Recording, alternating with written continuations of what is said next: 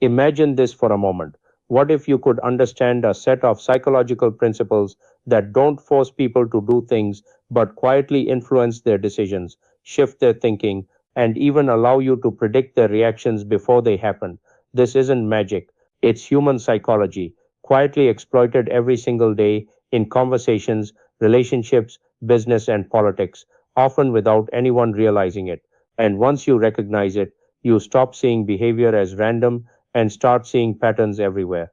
Technique number one is called the reverse trap.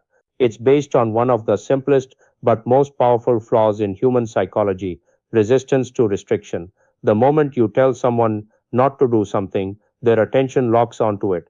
For example, if you tell a child, don't go into that room instantly becomes the most interesting place in the world. But this doesn't just work with kids. If you tell a friend, don't watch this video, it's not for you, curiosity kicks in almost immediately, and they end up watching it just to see why it was restricted. Even in academic settings, if you tell a student, don't even try solving this question, it's too difficult, what often happens is the opposite. They become more determined, not less, because their ego and curiosity are now competing to prove you wrong. In fact, this effect is so strong that modern marketing sometimes avoids direct prohibition and instead plants subtle resistance triggers because the brain naturally rebels against being controlled. Technique number two is the master of choice. This is where influence stops looking like influence. Instead of pushing someone toward a decision, you design the decision itself. Humans love freedom, but only within boundaries they don't notice. For example, if you say, let's go out, the answer can easily be yes or no. But if you ask, are we getting coffee or grabbing burgers? You've already removed the option of not going. The decision now only exists inside your frame. And the fascinating part is that people feel more satisfied when they believe they chose freely. In marketing, this is everywhere: basic plan or premium plan, small or large, silver or gold. Even in politics, debates are often structured not around whether something should happen, but how it should happen. One more real world twist: subscription services often offer cancel anytime options, not because they want you to leave, but because giving the illusion of control actually increases commitment. Technique number three is the guilt trap. Guilt is one of the most socially powerful emotions because it doesn't need enforcement, it enforces itself. When someone feels guilty, they don't just respond emotionally, they self correct to relieve the discomfort. For instance, if you tell a friend, you never make time for me, they may become defensive and drift further away. But if you say, I understand, maybe I'm just not that important to you, it reframes the situation emotionally. Now, instead of defending themselves, they start internally questioning their behavior. They might text you later, explain themselves, or even apologize without being asked. Another subtle example: when someone forgets something important and you respond with calm disappointment instead of anger, it's okay, I guess I expected too much. The emotional weight shifts inward. Guilt works like a mirror. Instead of attacking people, it makes them see themselves differently. Technique number four is emotional hijack.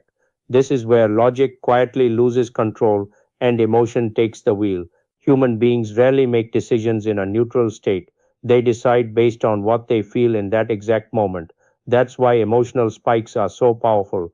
In politics, speeches rarely rely on raw data alone. Instead, they trigger fear, hope, pride, or anger.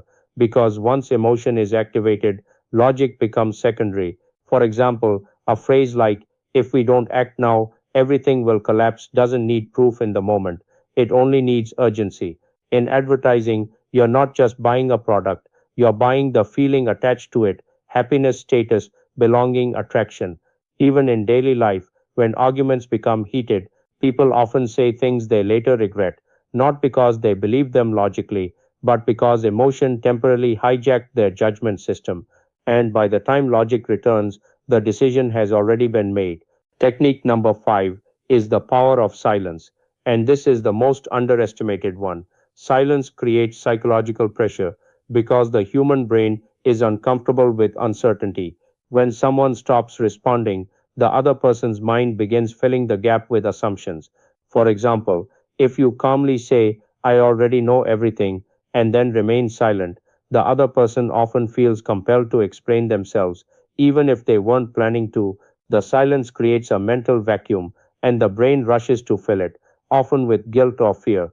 In arguments, this effect becomes even more intense. If one person is shouting and the other simply stays silent and maintains eye contact, the emotional intensity shifts. The speaker starts hearing their own words differently and may even begin doubting their own position. Interestingly, interrogation psychology and negotiation training both use controlled silence as a tool because it forces the other side to keep talking, often revealing more than intended. And once you see all five together, a pattern emerges. Influence isn't about control through force, it's about shaping perception, triggering emotion, and designing choice so that people believe the decision was always theirs.